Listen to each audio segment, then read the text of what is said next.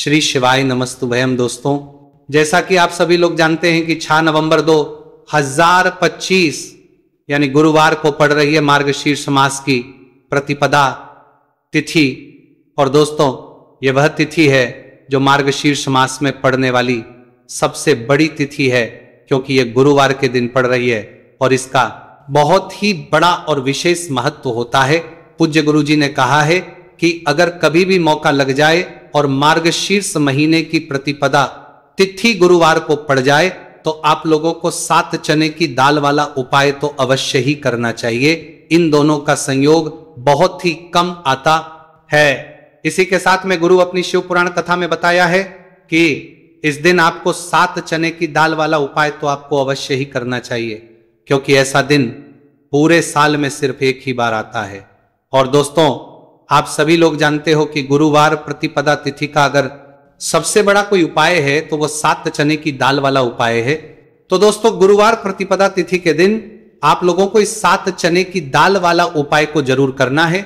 बहुत लोग होंगे जिन लोगों ने इस उपाय को ना किया हो, मतलब पूरा साल निकल गया, उन्होंने किसी भी दिन इस 7 चने की दाल वाला उपाय को ना किया हो। पर दोस्तों, आपके पास एक आखिरी मौका बचा हुआ है, जो कि 6 नवंबर गुरुवार प्रतिपदा तिथि के दिन है। इस दिन आप लोगों को इस वाले उपाय को जरूर कर लेना है। भले ही आपने पूरे महीने भर इस उपाय को ना किया हो, पर अगर आपने इस मार्गशीर्ष महीने के गुरुवार प्रतिपदा तिथि के दिन अगर इस वाले उपाय को कर लिया तो आपको इस उपाय को करने का वह फल मिलेगा जिसकी आपने कभी कल्पना भी नहीं करी होगी। इसीलिए आप लोग इस वाले उपाय को एक बार जरूर कर लेना है, ताकि आप लोगों के हाथ से यह मौका ना जा सके और आपको इस उपाय को करने का फल मिल सके। दोस्तों, यह उपाय पंडित जी ने अपनी अभी की ही श्री शिव महापुराण की कथा में बताया है जी। इस उपाय को आज हम आपको बहुत अच्छे से समझाने वाले हैं। इस वीडियो को देखने के बाद इस उपाय को समझने के आपको कोई और वीडियो को देखने की जरूरत नहीं पड़ेगी। तो चलिए दोस्तों, उपाय को शुरू करते हैं। देखिए, यह इस मार्गशीर्ष महीने के गुरुवार प्रतिपदा तिथि के दिन ये इतना खास होता है, इतना महत्वपूर्ण होता है। देखा गया है कभी कभी बड़े बड़े पूजा पाठ अनुष्ठान से जो मनोकामना पूर्ण नहीं होते, वह मार्गशीर्ष महीने की गुरुवार प्रतिपदा तिथि के दिन एक छोटे से उपाय करने से ही आपकी मनोकामना पूर्ण हो जाती है। और बहुत सारे ने इस उपाय को किया भी है और उनको इस उपाय को करने का फल भी जरूर मिला है। अगर आप लोग भी इस उपाय को करना चाहते हैं तो आप इस उपाय को पहले अच्छे से समझ लेना, सुन लेना, उसके बाद करना। आपको इस उपाय का फल जरूर मिलेगा और इस उपाय को कर लेने से आपके घर में चाहे किसी भी प्रकार की दुख और समस्या क्यों ना चल रही हो, आपको उसका कारण भी नहीं पता है कि भाई यह समस्या किस कारण से चल रही है। उसका कुछ भी कारण हो सकता है, जैसे पितृदोष हो सकता है या किसी भी तरह का मंगल दोष भी सकता है। तो इस दिन आप लोगों को यह वाला उपाय कर लेना है। ये कैसा उपाय है, जिस उपाय को अगर किसी विशेष दिन पर किया जाए तो भाई उस विशेष दिन का जो है वह तो हमें मिलता ही मिलता है, पर हमने उस दिन पर इस उपाय को किया है तो हमें उससे भी बड़ा फल मिलता है और फल बहुत जल्दी मिलता है, क्योंकि आप इस उपाय को बहुत ही बड़े और विशेष दिन पर कर रहे हो। तो चलिए अब उपाय के बारे में बात करते हैं, लेकिन उससे पहले आप लोगों को यह जानना आवश्यक है कि आखिर ये उपाय किस समय करना है, किसको करना है और कैसे करना है।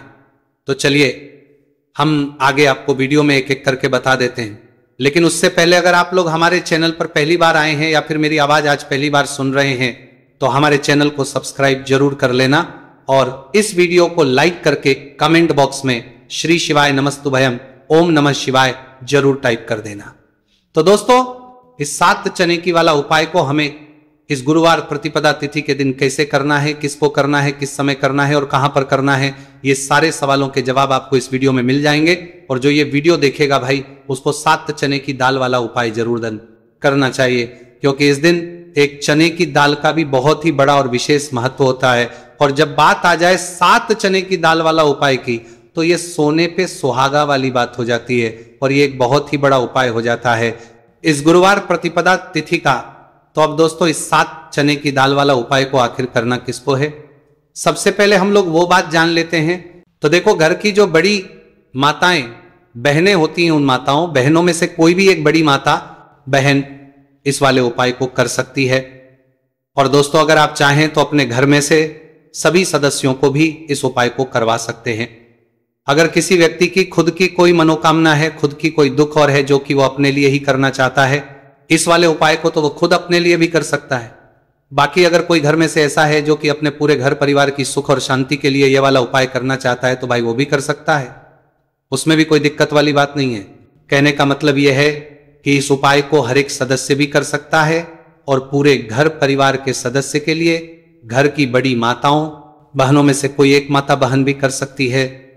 माताएं बहनें अगर घर में उपस्थित ना हो या वह उपाय ना कर पा रही हो, तो फिर घर का कोई बड़ा सदस्य भी 7 चने की दाल वाला उपाय को कर सकता है, चाहे फिर वो पुरुष ही क्यों ना हो, उसमें कोई भी दिक्कत वाली बात नहीं है।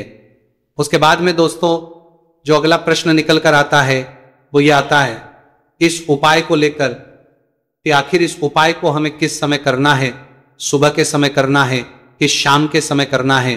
तो देखो इस वाले उपाय को आप लोग सुबह के समय भी कर सकते हो और शाम के समय प्रदोष काल में भी करते हो।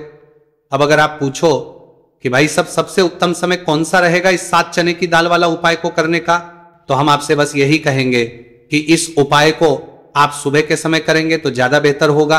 बाकी अगर प्रदोष काल शाम के समय भी करेंगे तो भी अच्छा होगा, उसमें कोई भी दिक्कत वाली बात नहीं है। तो अब दोस्तों जो अगली सबसे बड़ी और महत्वपूर्ण बात आती है वो ये आती है कि सुबह अगर हम उपाय को तो हमें कितने बजे से लेकर कितने बजे तक के बीच में करना है, और शाम के समय प्रदोष काल में करेंगे तो हमें कितने बजे से लेकर कितने बजे के बीच में करना है। तो देखो सुबह जितनी जल्दी हो सके आप उपाय को करने की कोशिश करना। बाकी अगर किसी कारणवश लेट भी हो जाओ, थोड़ी देर भी हो जाए, तो 10 या 11 बजे तक भी आप उपाय कर लेना, पर 12 बजे से ज्यादा देरी ना हो, ठीक है, इस बात का ध्यान रखना। उसके बाद दोस्तों अगर शाम के समय प्रदोष काल की बात करें, प्रदोष काल का जो समय है होता है वो शाम के 6 बजे से शुरू हो जाता है। मतलब शाम के 6 बजे से लेकर 7 बजे के बीच का जो समय होता है यह समय प्रदोष काल का समय होता है। तो आप इस उपाय को 7 या 8 बजे के बीच में भी कर सकते हो। मतलब शाम के 6 बजे से रात 8 बजे के बीच में आप कभी भी इस वाले उपाय को कर सकते हो, उसमें कोई भी दिक्कत वाली बात नहीं। चलिए जानते हैं उस विशेष उपाय के बारे में। देखिए दोस्तों पूज्य गुरु जी की कथा के अनुसार ही इस उपाय को आपको बहुत ही विस्तार से समझाने का प्रयास करेंगे, लेकिन उससे पहले वीडियो को लाइक करें। देखिए इस वीडियो में हम पूज्य गुरु जी द्वारा बताए गए 3 सबसे अचूक उपायों के बारे में जानेंगे, जो आपको सिर्फ और सिर्फ गुरुवार की प्रतिपदा की तिथि पर ही करने हैं।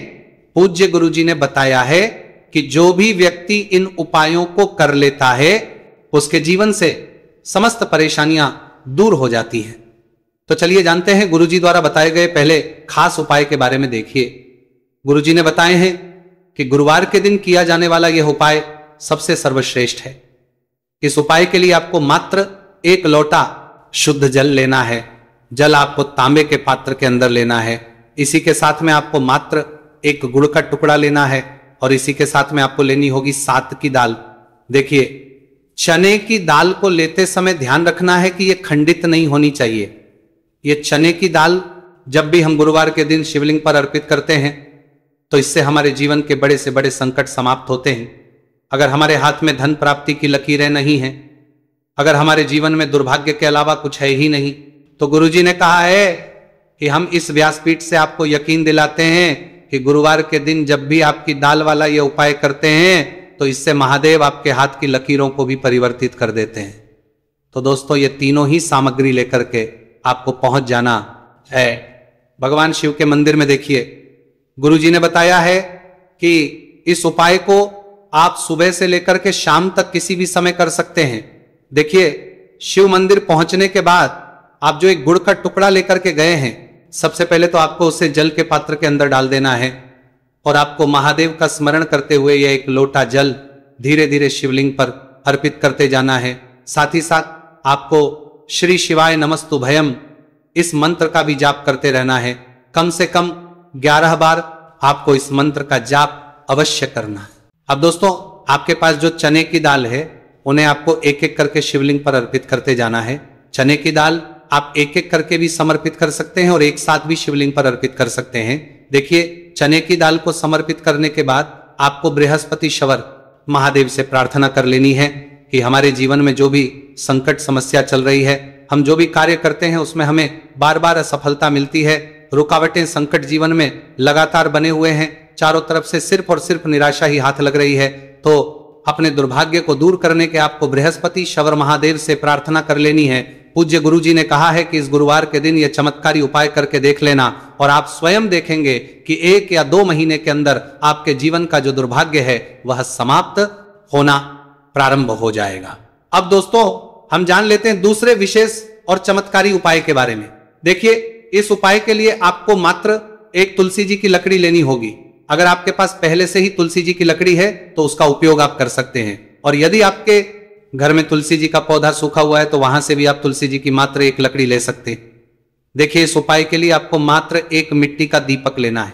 इसमें आपको शुद्ध घी का प्रयोग करना है और इस दीपक के अंदर आपको ये जो तुलसी जी की लकड़ी है इसे रख देना है।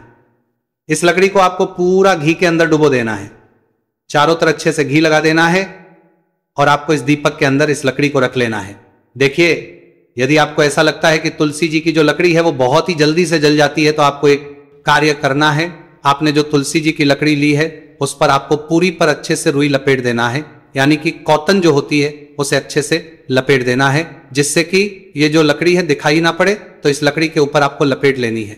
अब इसी लकड़ी के ऊपर जो आपने रुई लपेटी है उस पर आपको अच्छे से घी लगा लेना है और उस दीपक के अंदर आपको इसे डाल देना है। अब देखिए, इस दीपक को आप भगवान विष्णु के वहां पर भी प्रज्वलित कर सकते हैं, या फिर भगवान विष्णु के किसी भी स्वरूप के सामने आप इसे प्रज्वलित कर सकते हैं, या फिर आपके घर में जो माता तुलसी जी का पौधा है वहां पर भी इस दीपक को आप प्रज्वलित कर सकते हैं। पूज्य गुरु जी ने कहा है कि जो भी व्यक्ति इस 6 नवंबर 2025 गुरुवार की प्रतिपदा तिथि पर या तुलसी जी की लकड़ी का दीपक प्रज्वलित कर देता है तो उसके जीवन में कभी भी धन संपदा की कमी नहीं होती है।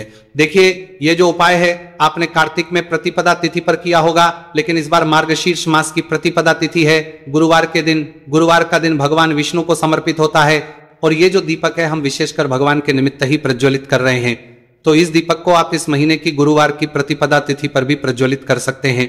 देखिए, ये जो दीपक है विशेषकर आपको शाम के समय यानी कि सूर्यास्त के बाद ही करना है। अब दोस्तों हम जान लेते हैं गुरु जी द्वारा बताए गए तीसरे बहुत ही चमत्कारी और विशेष उपाय के बारे में। देखिए, इस उपाय के लिए आपको एक बेलपत्र लेनी है और इसी के साथ में आपको 2 शमी पत्र लेना है।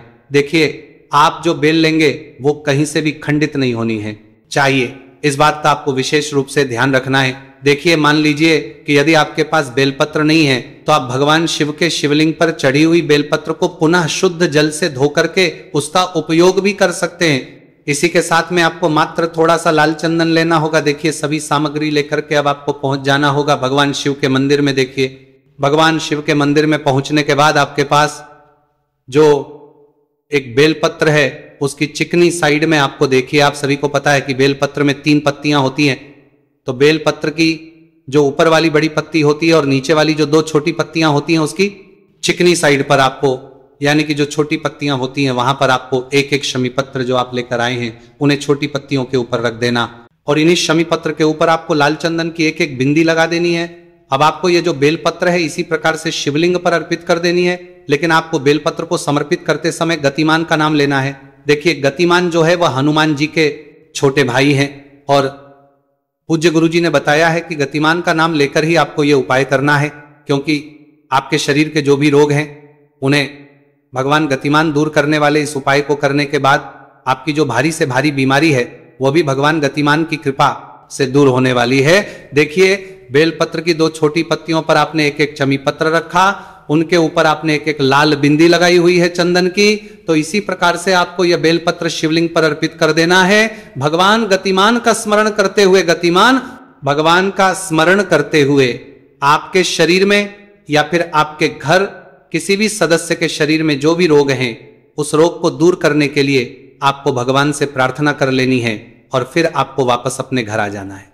देखिए, इस उपाय के लिए गुरुजी ने कोई भी निश्चित दिन निश्चित समय नहीं बताया है, तो इस उपाय को आप किसी भी दिन कर सकते हैं। आप लगातार इस उपाय को किसी भी दिन कर सकते हैं और हफ्ते में केवल 1 दिन भी कर सकते हैं। गुरुजी ने कहा है कि यदि आपकी सालों पुरानी बीमारी है वह भी भगवान गतिमान की कृपा से दूर हो जाएगी।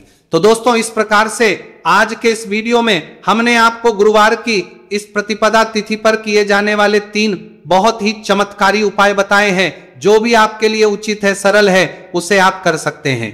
तो दोस्तों, यह थे पूज्य गुरुजी द्वारा बताए गए कुछ बहुत ही खास उपाय।